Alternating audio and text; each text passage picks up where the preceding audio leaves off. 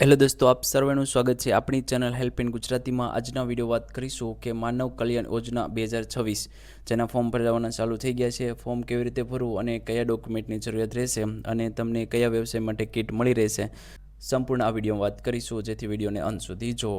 એ પહેલાં જાણી લઈએ કે માનવ કલ્યાણ યોજના શું છે।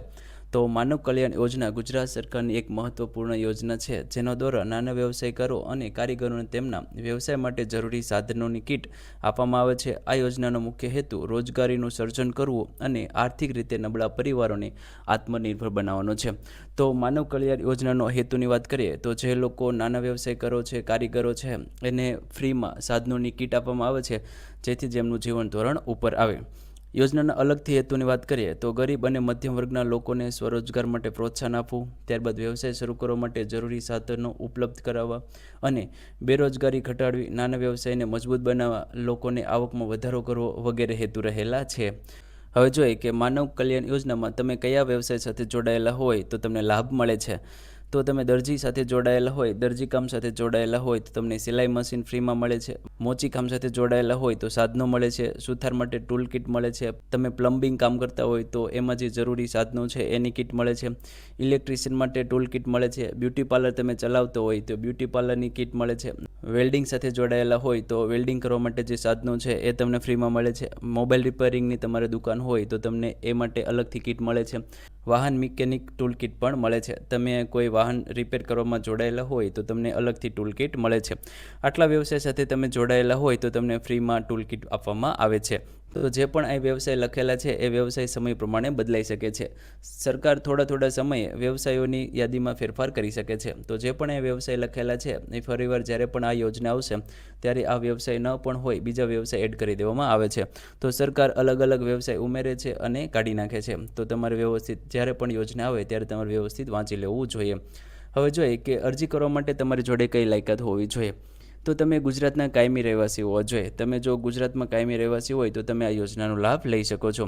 તમારી ઉંમર છે 16 થી 60 વર્ષની હોવી જોઈએ। આર્થિક રીતે નબળા વર્ગના ના હોવા જોઈએ। તમે જો આર્થિક રીતે નબળા વર્ગમાં ઓલરેડી આવતા હોય તો તમે આ યોજનાનો લાભ લઈ શકતા નથી। ત્યારબાદ સંબંધિત વ્યવસાયની જાણકારી અથવા અનુભવ ધરાવતા હોવો જોઈએ। તો જે વ્યવસાય માટે તમે એપ્લાય કરો છો એ વ્યવસાયની પૂરેપૂરી તમારી જોડે જાણકારી હોવી જોઈએ અને તમારી જોડે એ વ્યવસાયનો અનુભવ હોવો જોઈએ, તો તમે આ યોજનામાં તમે લાભ લઈ શકો છો।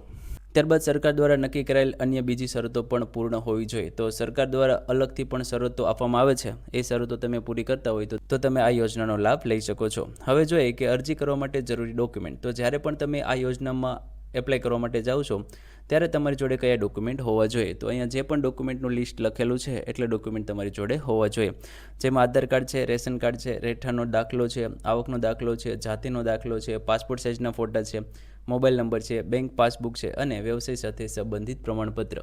તો જે પણ તમે વ્યવસાય કરો છો એ વ્યવસાયનું પ્રમાણપત્રની પણ જરૂર પડે છે। તો અહીંયા જે પણ ડોક્યુમેન્ટ લખેલા છે એટલા ડોક્યુમેન્ટની તમારે જરૂરિયાત રહેશે।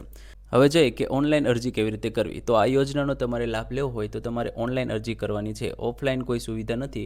ઓનલાઈન અરજી કરીને તમે આ યોજનાનો લાભ લઈ શકો છો। તો એ માટે તમારે એક પોર્ટલની જરૂરિયાત રહેશે। એ પોર્ટલની જે પણ લિંક છે આ વિડીયોની ડિસ્ક્રિપ્શનમાં આપેલી છે, ત્યાં તમે ટચ કરીને એ વેબસાઇટ પર પહોંચી જશો।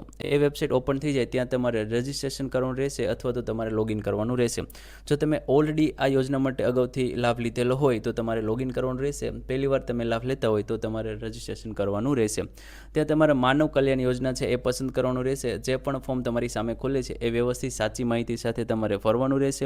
જે પણ ડોક્યુમેન્ટ માંગેલા છે એ ફોટો પાડીને તમારે અપલોડ કરવાના રહેશે, ફોર્મ સબમિટ કરવાનું રહેશે અને અરજી નંબર જે પણ તમને મળે છે એ વ્યવસ્થિત તમારે લખી લેવાનું રહેશે, કારણ કે એ અરજી નંબરની આધારે તમારી પ્રોસેસ કઈ થઈ છે એ તમે જાણી શકો છો। તો આવી રીતે તમે ઓનલાઈન એપ્લાય કરી શકો છો। હવે જોઈએ કે માનવ કલ્યાણ યોજનાના ફાયદા કયા થાય છે। તો તમે આ યોજનાનો લાભ લો તો તમને કયા ફાયદા થાય છે। તો પહેલું છે સ્વરોજગાર શરૂ કરવાની તક મળે છે। તમે જો જાતે તમારો રોજગાર શરૂ કરવા માંગતા હોય અને તમારી જોડે આર્થિક પરિસ્થિતિ સારી ન હોય તો તમે આ યોજનાનો લાભ લઈને જે પણ સાધનો તમને મળે છે એના દ્વારા તમે તમારો વ્યવસાય શરૂ કરી શકો છો। ત્યારબાદનો ફાયદાની વાત કરીએ તો મફત અથવા સહાયરૂપ સાધનો મળે છે। તો આમાં તમને એકદમ મફત સાધનો મળે છે અથવા તો થોડા ઘણા કમિશન સાથે પણ તમને સાધનો મળે છે। આવકમાં વધારો થાય છે। જે પણ તમે આવક કરો છો એમાં જો અલગથી તમને સાધનો મળી રહે તો તમારી આવક છે એ વધી શકે છે. પરિવારનું જીવન ધોરણ સુધરે છે, બેરોજગારીમાં ઘટાડો થાય છે, આત્મનિર્ભર બનવામાં મદદરૂપ થાય છે. તો તમે આત્મનિર્ભર પણ બની શકો છો. તમારે બીજા સામે હાથ ફેલાવવા પડતા નથી, તમારી જાતે તમે કમાઈ શકો છો. હવે જોઈએ કે માનવ કલ્યાણ યોજના કેવા વ્યવસાય માટે વધુ ઉપયોગી બને છે. તો તમે કયા વ્યવસાય સાથે જોડાયેલા હોય તો આ યોજના તમને ઉપયોગી થાય છે. તો અહીંયા થોડા વ્યવસાય મેં લખેલા છે. આ વ્યવસાય સાથે તમે જોડાયેલા હોય તો જરૂરથી તમારે માનવ કલ્યાણ યોજનામાં ફોર્મ ભરી દેવું જોઈએ. જેમ કે દરજી છે, સુથાર છે, કડિયા છે, પ્લમ્બર છે, ઇલેક્ટ્રિશિયન છે, મોચી છે, વાળંદ છે, બ્યુટી પાર્લર વ્યવસાય છે, મોબાઈલ રિપેરિંગ છે, વેલ્ડર છે, વાહન મિકેનિક છે, અન્ય નાના વ્યવસાયકારો છે, એ લોકોએ આ યોજનાનો લાભ લેવો જોઈએ. તો આવી રીતે તમે આ યોજના છે એનો તમારે લાભ લેવો જોઈએ. જો મિત્રો તમને આ વિડીયો ગમ્યો હોય તો જરૂરથી લાઇક કરી દેજો, ચેનલને સબસ્ક્રાઈબ કરી દેજો. ધન્યવાદ દોસ્તો.